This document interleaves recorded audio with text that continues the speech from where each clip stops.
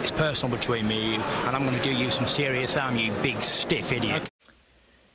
The Untouchable True School Sports Empire proudly presents something the boxing game's been missing. Hey, what's going on? It's your boy BT, and I came here to talk some boxing with the thousands of True School Sports subscribers. Now, I wanted to make yet another video about Crawford versus Spence, because right now, I mean, I know we got Fury versus White this weekend. That's a big fight, obviously, but right now, I would say the aftermath and the saga going on with this fight is going to dominate the headlines for the next couple of weeks, maybe in the next couple of months. So I'm going to be talking a lot about Crawford versus Spence in the coming days, weeks, and most likely months. Now, we can't get too excited about this fight getting made or being made official because there's some factors that maybe not everybody's considered, and I wanted to kind of touch on those. Now, first and foremost, you know, we've been waiting for this fight for a long time. In my humble opinion, in my perspective, I don't think there's ever been a better time than right now to make the fight next. I don't think Crawford nor Spence should have any more fights before fighting each other. I think they should just get straight to it. But what I will acknowledge was there was a recent interview that came out, and I want to give a shout out to this man. He's been a veteran of the YTBC for many years. Talent Business, you know, make sure you guys go check out Talent Business. And this interview he did, the link will be in the description. But basically, Talent Business was doing an interview with Showtime executive Steven Espinoza, a guy with a lot of power, a lot of influence in boxing. And, you know, he's a big part of what gets put on the Showtime programming and schedule. Now, he was asking him about Crawford versus Spence, and Espinoza drops a bombshell. Like, he wasn't even asked about Daniel Kinahan, but he came out and pretty much said, look, if Daniel Kinahan is involved in these negotiations at all, then there will be no negotiations and won't be no damn Terrence Crawford versus Errol Spence fight. That's what he said. And like I said, the link will be in the description. But he answered my question for me. Like Espinoza actually answered the question that I was going to make a video about, is will Daniel Kinahan's potential involvement with Terrence Crawford, would that be a deal breaker? Would that be a reason why this fight could happen? And it appears that the answer is resounding yes. It will be a big deal breaker because, you know, this is deeper than just boxing, guys. Like, this Kinahan situation is deeper than boxing. You got now the U.S. government is sanctioning Daniel Kinahan. So it's not just like, okay, he's dealing with a regular boxing guy. He's dealing with a boxing guy who has, you know, his, you know, rumored business dealings and, you know, part of being of an international crime cartel. You know, there's a lot that comes with Daniel Kinahan. So that's why they don't want to be, that's why I think they don't want to be involved with it. You know what I'm saying? But at the end of the day, look, Daniel Kinahan, maybe he's got some things going on, but Daniel Kinahan he's a boxing guy, just like they're a boxing guy. Let's not act like, you know, Bob Arum or Al Heyman or even Espinoza himself, who, you know, basically fucked over Oscar De La Hoya when Oscar De La Hoya was in rehab and took pretty much the majority, a lion's share of the key names in the Golden Boy stable to form PBC. Al Heyman, he ain't exactly squeaky clean either.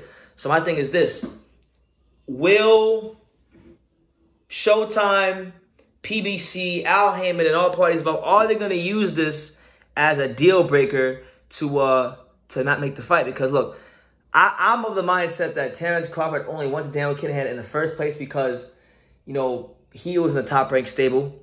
There was a lot of guys, you know, most notably Tyson Fury, that were able to get some big fights done with Daniel Kinahan by their side.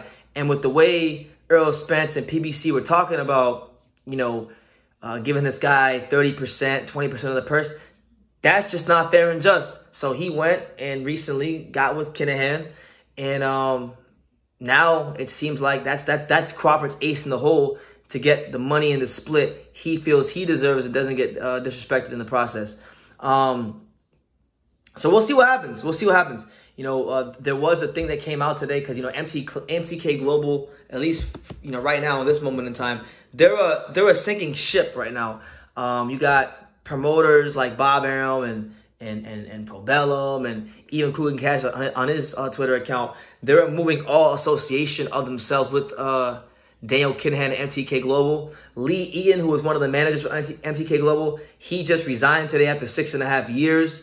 Tyson Fury was asked about his involvement with Daniel Kinahan. He deflected and said it's none of my business and all this stuff. But he was recently featured in a picture hanging out with Daniel Kinahan. So it's funny seeing how when a little pressure is put on people, they don't want to talk. But when it comes to the subject of Crawford, I really do feel like people shouldn't just jump the gun. Like, I'm excited for the possibility of this fight, which is why I'm making a lot of videos. But we shouldn't jump the gun. There's still some things that could derail this fight from happening. And that's what it is. Stephen Espinoza coming out and telling you guys direct, Daniel Kinahan will be a factor in these negotiations. And the fight will not happen if Daniel Kinahan's involved in negotiations. And why is that? Let me give you guys the real deal of why that is. Al Haymon doesn't do no interviews. He doesn't really talk much, in front of the camera or nothing like that. And he kind of moves like a mobster, like a gangster, right? And I'm sure he knows people and stuff. But, really nobody in boxing has been moving like that, as far as being silent and mysterious, Luckily for Al, he hasn't had to really deal with any, real-time mobsters that are involved in the sport now. Like, Bob Arum is along in the tooth in the game of boxing, but he doesn't really, he just a guy, he understands that he ain't no crime boss. He probably knows a lot of people, but he ain't no crime boss. But the thing is this, Daniel Kinahan is about that smoke, and he's a real, he's the real deal. So if, what's going to happen now when and if Al Haymon is faced with negotiating with a guy like Daniel Kinahan, a guy that really, for lack of a better term, gives no fucks about who it is you think you are. Now, he went to the U.S. government. My theory, he went to the U.S. government, and because Al has a lot of influence. If you do any homework on Al Haymon, he's donated a lot of money to Democratic campaigns and things like that. So of course he's gonna use any influence he can to keep this guy that has quite the reputation. He's pretty much the Al Haymon of European boxing or British boxing, but we'll say European because he's Irish. European boxing.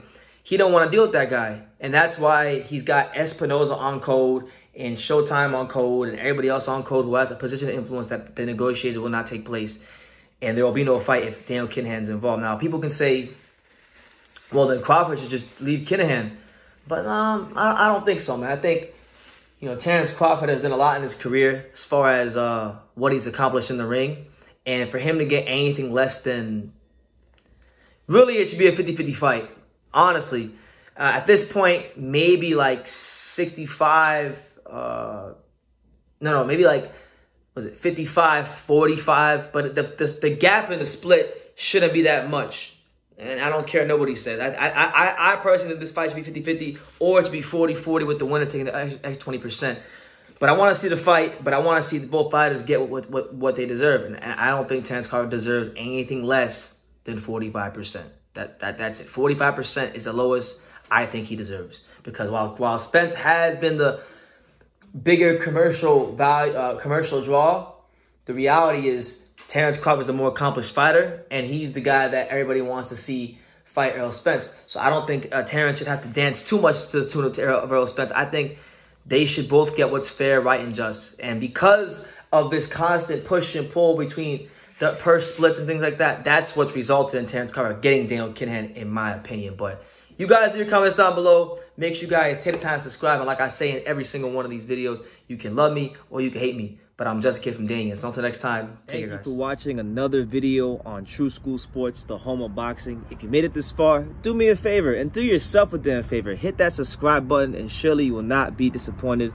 True School Sports bringing you the latest and greatest, the untouchable, boxing content, interviews, news videos, breakdowns, live fight reaction extravaganza. We've got a great community of people here, boxing fans all over the world, from America to the UK to Australia and on and on and on. So join the empire today. Hit that subscribe button. Take care and God.